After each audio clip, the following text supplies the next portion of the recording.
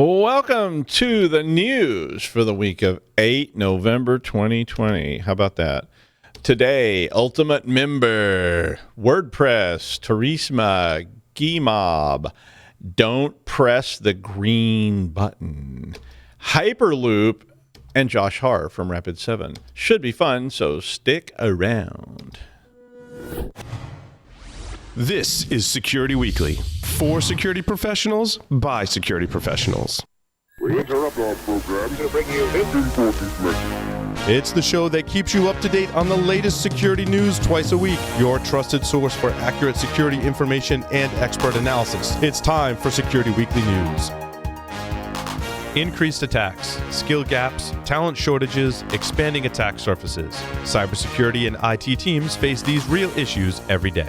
Spyware for Teams is the #1 NIST-aligned DoD 8140 and 8570 compliance certification and skills training platform. Spyware for Teams makes managing teams easier, guarantees measurable training outcomes, and keeps your team's skills sharp to meet today's biggest security threats. And did you know 96% of the Fortune 500 have employees training on Spyware? Spyware for Teams. Now you know. Visit spyware.it/solved to solve your team training challenges. Yay, it's the news. All right, so a fake ad for Microsoft Teams Update is making the rounds. Imagine that. It has primarily been focused on K-12 education institution, and it uses Cobalt Strike.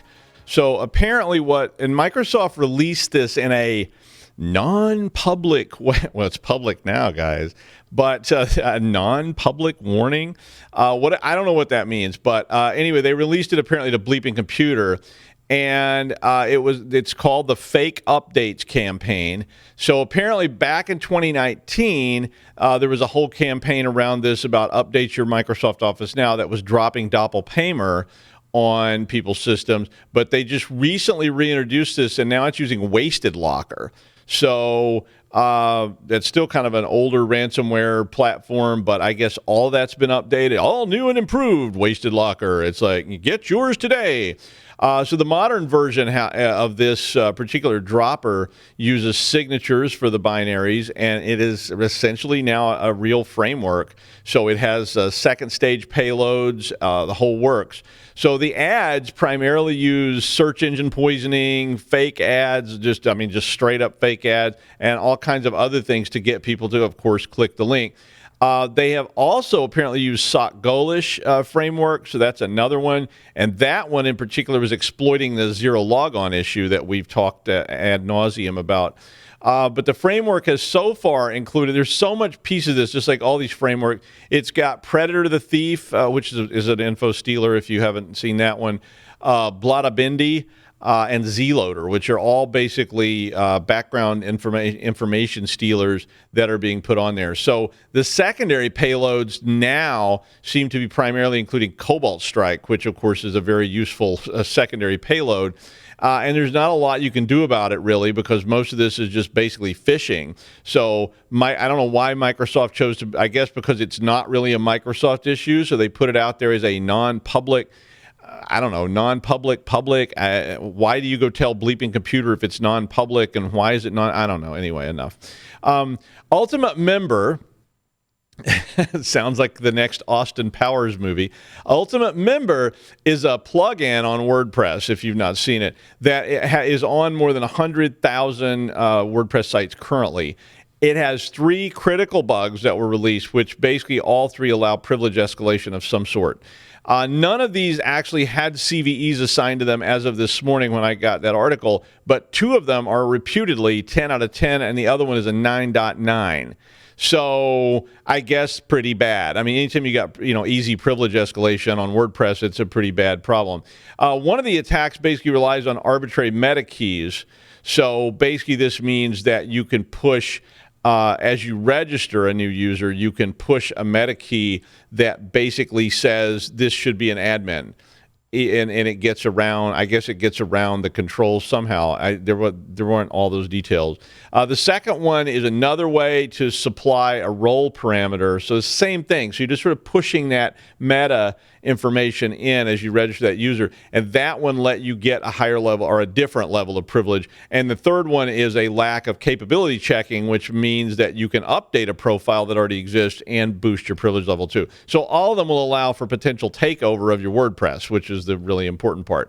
So if you're using Ultimate Member, you might want to consider using it very carefully and think about how you may want to get around that. But then again, if you're using WordPress plugins, which you probably are, you're probably also aware that they're all pretty common attack vectors, and hopefully you're dealing with some way to control this, right? I mean, you are, right? I mean, your WordPress site is safe. So, okay. If you need a minute, go ahead, but that's okay. A website which was set up by President Donald Trump's campaign is called don'tpressthegreenbutton.com. And it was claiming that it had news reports on election irregularities in Maricopa County, which is in Arizona.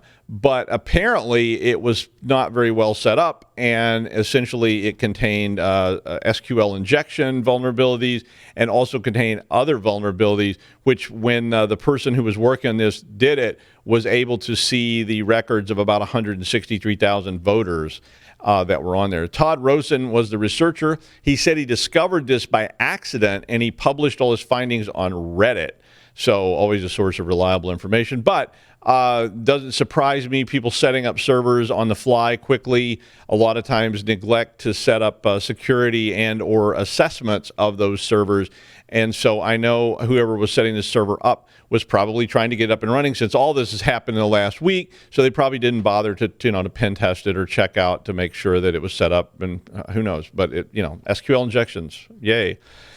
North Korean attackers used a tool called Torisma to collect data on Australian, Israeli, Russian, and other defense contractors in Russia and India. The tools were found by McAfee, and they called it Operation North Star. They didn't say why. You have to have names like that for all these kind of things, or they just don't sound cool. It's like Operation North Star. You never hear them name it. So like, we're just going to call this one like Buddy. It's always something like, Operation Infinite Perpetude. But anyway, Torisma apparently was placed on systems via both social media sites, a lot of fake job offers, that's always a hook, and other weaponized documents, as well as spear phishing attacks. Standard operating procedure. According to McAfee, the behavior and the tactics of these seem to indicate it's yet another hidden Cobra action from North Korea. Torisma, if you're unfamiliar with it, basically collects data about the user on their device and the system that they're using for possible later exploitation. So they're basically farming probably credentials and so forth. And I guess, targeting people that are looking for jobs in the defense industry might be, profitable for North Koreans. So, watch out for that if you're doing those things, and, be careful about those job offers that sound a little bit too good to be true. Ghimob is I don't know how to say it, but it's GHIMOB, Ghimob, I guess. It is an Android banking Trojan from Brazil, which and the Brazilian group that put this together is called Ghimob, and I don't know how to say that in Portuguese. Sorry, I know I live in Rhode Island. I ought to be able to speak Portuguese, but I'm sorry, Rhode Islanders. But it basically targets Android phones. And it's basically another in the long series of banking Trojans that target mobile devices that primarily collect data from apps and overlay attacks on mobile devices. So this one is no different. It goes after financial apps primarily. It does have other apps that it targets. And primarily right now, it has been targeting Brazil, Paraguay, Peru, Portugal, Germany, Angola, and Mozambique. So for an eclectic collection of targets, there you go. I'm guessing those are places where there's like these same financial companies. The Trojan basically allows the attackers access, so it can actually let them have backdoor access to the device. at a high privilege level, and it allows them to conduct fraudulent transactions, of course, which is what we're usually looking for with financial attacks. And they can circumvent security protections, including multi-factor, because of the overlay components and other backend things. And it's running, with your privilege. Basically, the Trojans install with a malicious URL. I mean, nothing new there. And it downloads the installer onto the phone. And of course, then you approve it and say, yeah, sure, go ahead. Ghimob can record screen actions for later use, and as such, one of the things that it's capable of doing is capturing those screen lock patterns that they have on Android phones by using that kind of an overlay attack. So it can capture that and then use it to activate services. The Trojan targets 112 financial institutions, and it also targets other mobile applications on those phones. This next article was an interesting article. It's less news and more just of general interest, but it's talking about how hackers blend attacks to bypass MFA. It's commentary, but I still found it pretty interesting. Basically, Alan is talking about multi-stage attacks like Kerberos, which can grant access to developer options on an Android phone. And then once you have those developer options, you can use that as with a second stage to extract two-factor credentials and so forth, a lot like this Ghimob thing that we were just looking at. And the story goes on to talk about reverse engineering and a whole series of attack vectors that are focused on by bypassing multi-factor on mobile devices. I actually found this story because I was reading that previous story and I was just looking for some other related stuff like that. I always worry because, we talk to management and we hear management say things like, this is the solution to all our problems. And anytime I hear them say that, they're often focusing so heavily on a holy grail type solution. And we really need to keep reiterating that defense in depth is a way of life. And it's not just a buzzword till you get the next buzzword from the marketing people saying, oh, yeah, all you really need is two-factor authentication and all your dreams will come true. But we hear that a lot. In the same light, iOS updated to 14.2. They were patching 3 0 days. This was last week, but I wanted to re-mention it because I really felt like it was important to cover these 0 days. And basically, because they're being actively exploited. So Project Zero was who reported this. They escalated their reporting on this. They usually don't report for 90 days, but they said that since this was being actively exploited, they were going to go ahead and report it. And so Apple did release an update to that last week. So if you haven't done that yet, you may want to. Project Zero has really been cranking out the notification lately, and they've had a lot of new 0 days that have been released since October 20th. I did want to save time to talk to my guest today. When we return, Josh Harr from Rapid7 is going to join us, and we're going to talk about leadership, being open-minded in hiring, and some other exciting topics, so hang around for that. Do you know where your organization's crown jewel data is, whose data it is, what it contains, and if it's flagged, tagged, and classified accurately? Defense in Depth requires discovery in depth. At Big ID, they help organizations uncover dark data, classify sensitive and regulated data, meet compliance requirements, and take action for data on-prem, in the cloud, and everywhere in between. Learn more about how Discovery in-depth can change the way enterprise organizations find, classify, and protect sensitive data at securityweekly.com/BigID. All right, we're back, and we've got Josh Harr. He's a senior advisory consultant for Rapid7. And we've known Rapid7s all the way back to when they were like Rapid 2, we've had them around. Welcome to the show, Josh. Thanks, Doug. It's a pleasure to be here. Yeah, well, I'm glad you could join us and show your guitars and banjos and things off. And that's always that's a common backdrop these days. I mean, haven't you noticed that? I see a lot of people with guitars, and it's an interesting way to learn about people. Listen, cybersecurity is boring for most of the time, so got to give something to look at other than this space.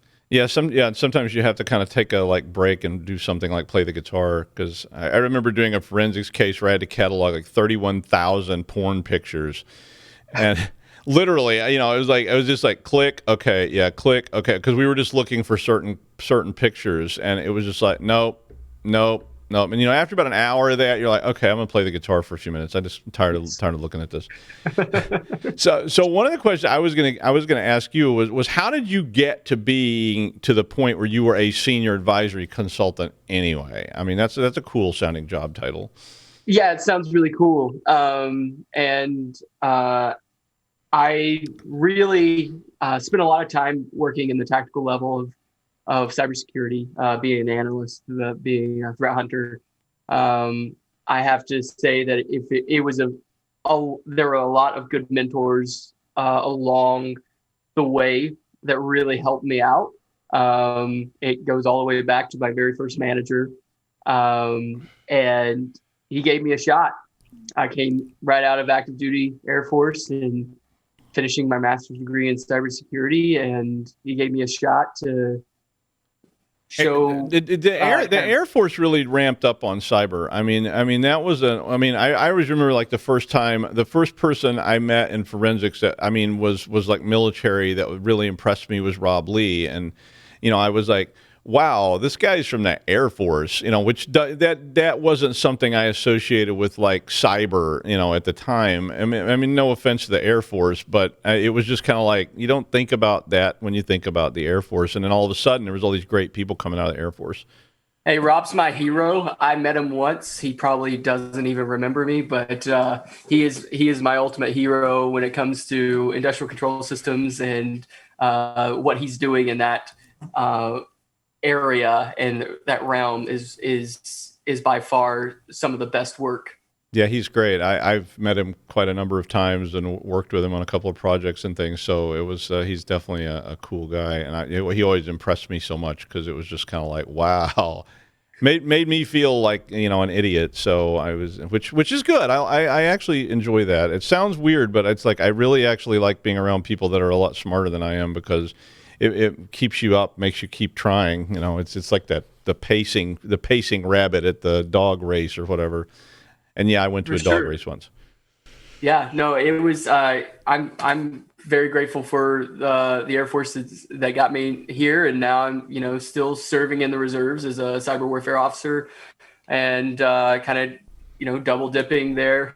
Really like to play with the cool toolies there, and helping organizations with their security strategies. That's something that a lot of people don't know about Rapid7 is, we have a lot of really cool tools and toys. I would always say toys, but really where we fit in is coming in and really helping organizations build their security strategy. And that's really very just rewarding for me. That's yeah. I mean, I agree. So you do a lot of like IR and strategy planning. Is that right? I mean, that's one of your roles there. What does that mean? I mean, I know that some of the people watching the show are like experts in the field, but other people watching the show range from high school students to. So tell us what that means a little bit.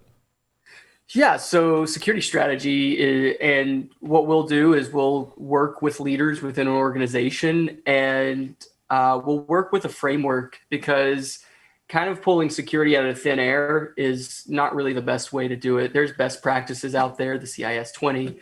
NIST has a bunch.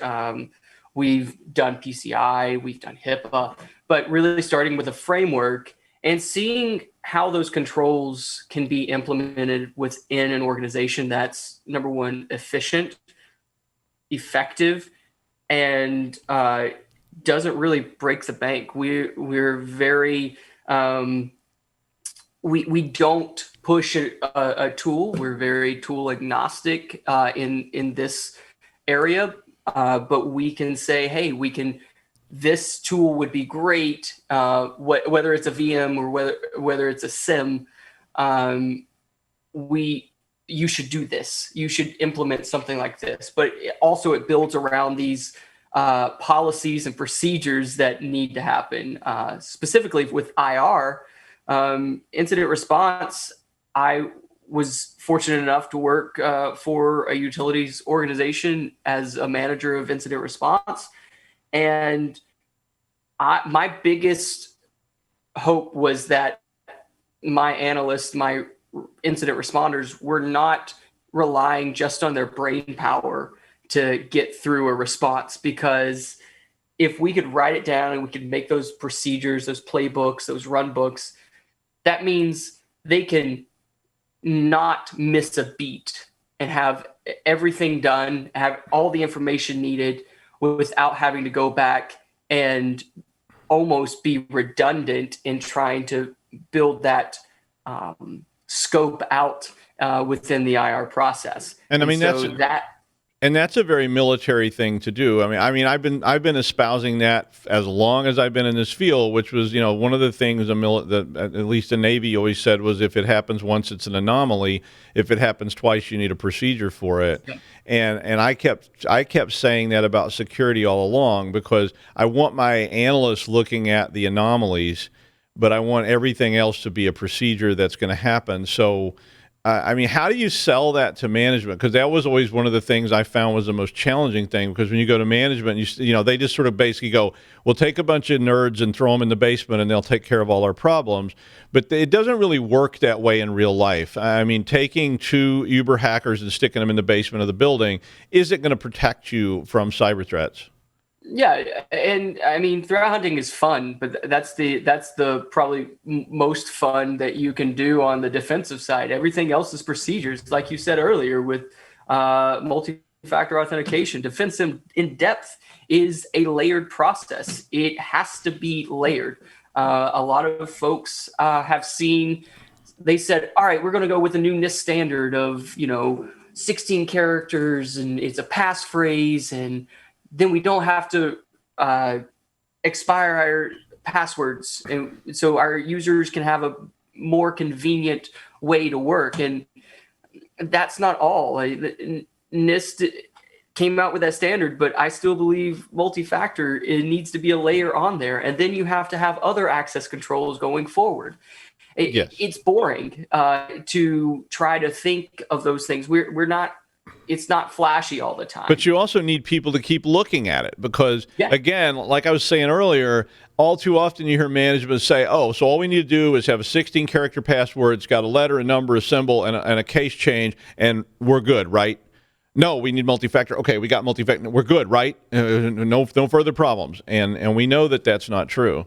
The cyber terrain, plane, whatever you call it, is evolving so quickly that if you're not staying on your toes and you're not keeping the board or your stakeholders informed from a risk perspective, and that's another point that we really kind of hone in on, is like, is your business risk informing your information security risk, and vice versa?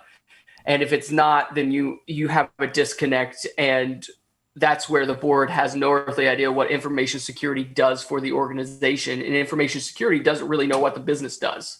And those types of things need to be married to an extent, so that you have this better cycle of informed and evolved landscape of what your organization is threatened with. And it's going to be different from a healthcare organization to industrial control systems to finance and the like. It's going to be completely different, and you have to look at it. You have to constantly reassess yearly, if not twice every year.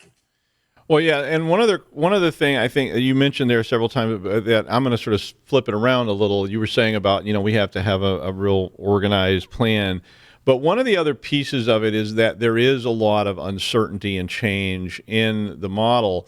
And one of the criticisms of the military, and I don't want to talk about the military because we can't change the military here, but in terms of corporate, I see the same thing, which is the military has a very sort of structure around who we're going to take.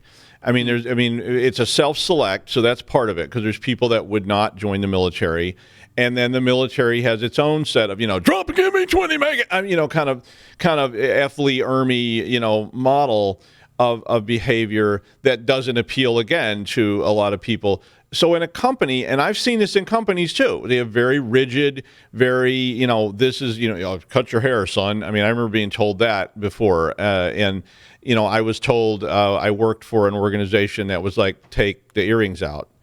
I was like, what? And they were, I had all these earrings, and they were like, you have to take the earrings out. And I was like, why? What does that got to do with it? But it was like, do you want to work here? Take them out. How do we get around that? I mean, there's a good person may have a tattoo on their face that says hello or something. Yeah.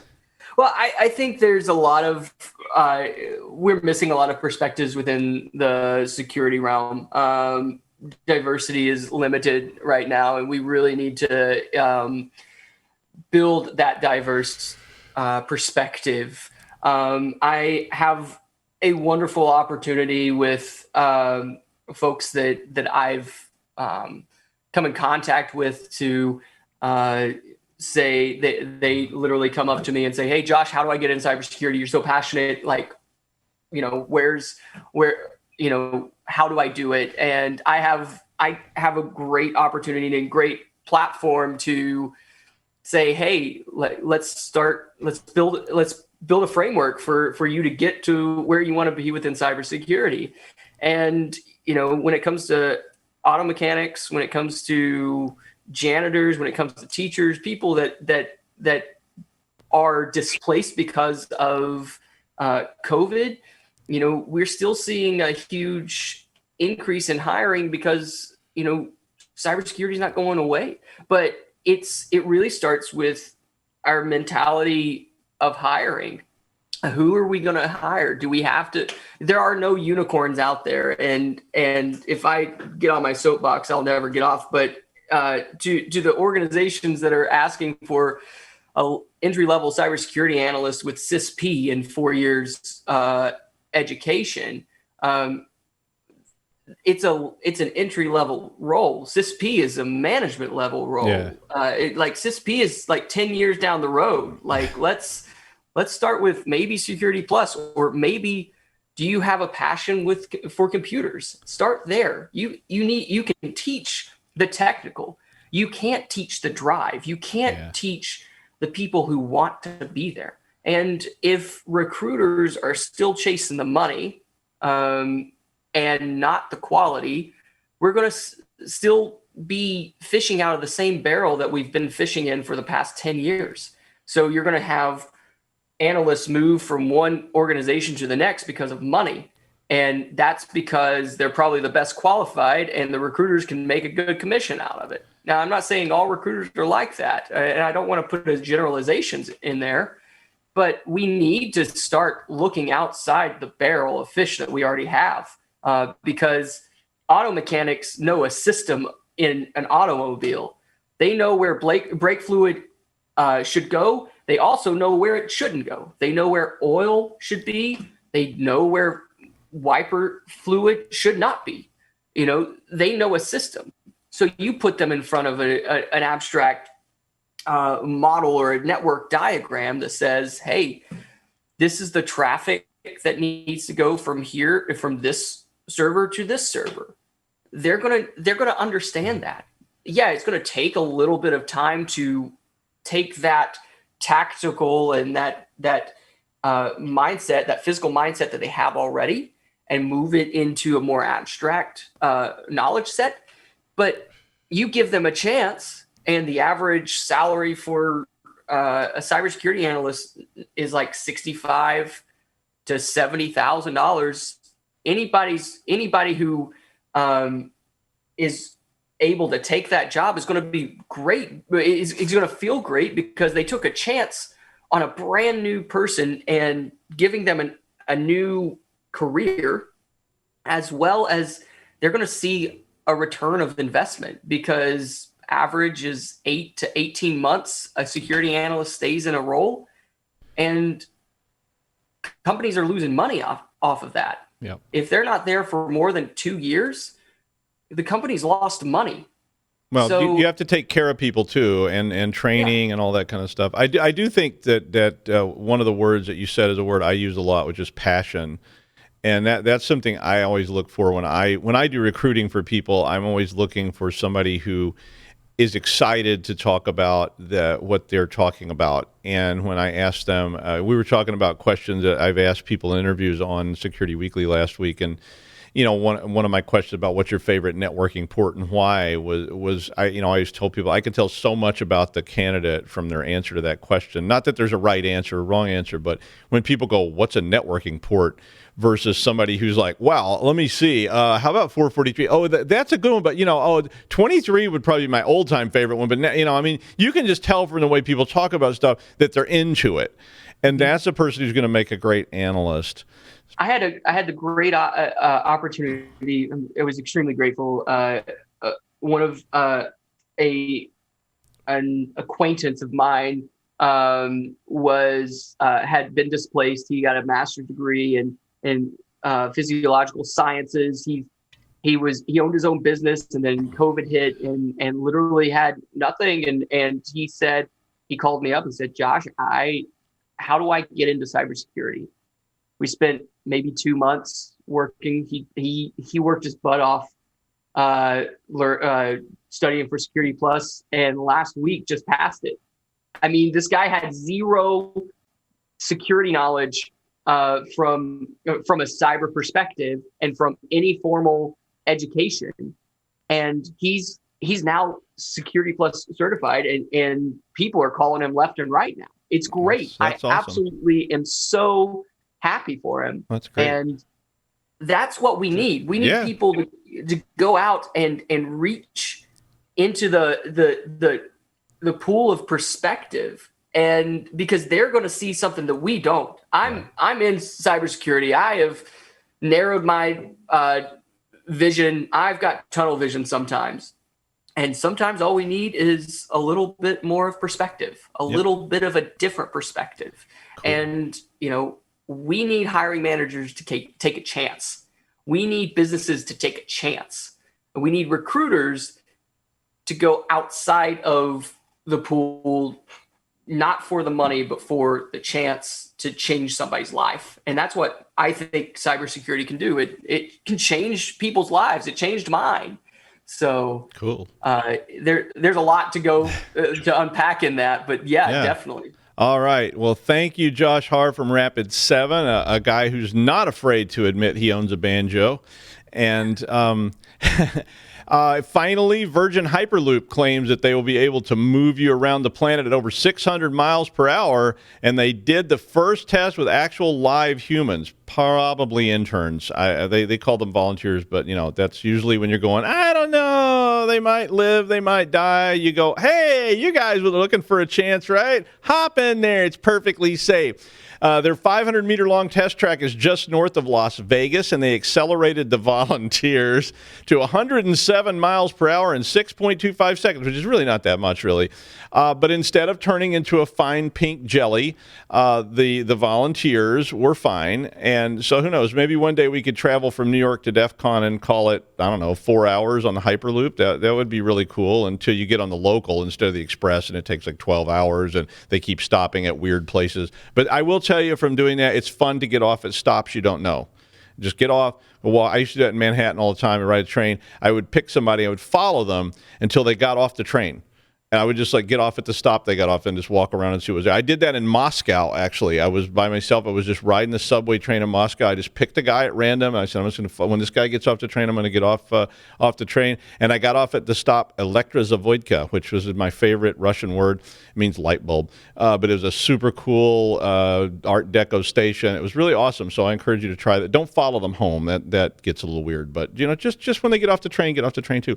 But anyway, it can always be fun. And that's the news for now in the time of plague. I'm Doug White. Thanks for joining us for this episode of Security Weekly News. Voting is over, so now we can just focus on some facts. We'll see you again on Friday for the Security Weekly News wrap-up.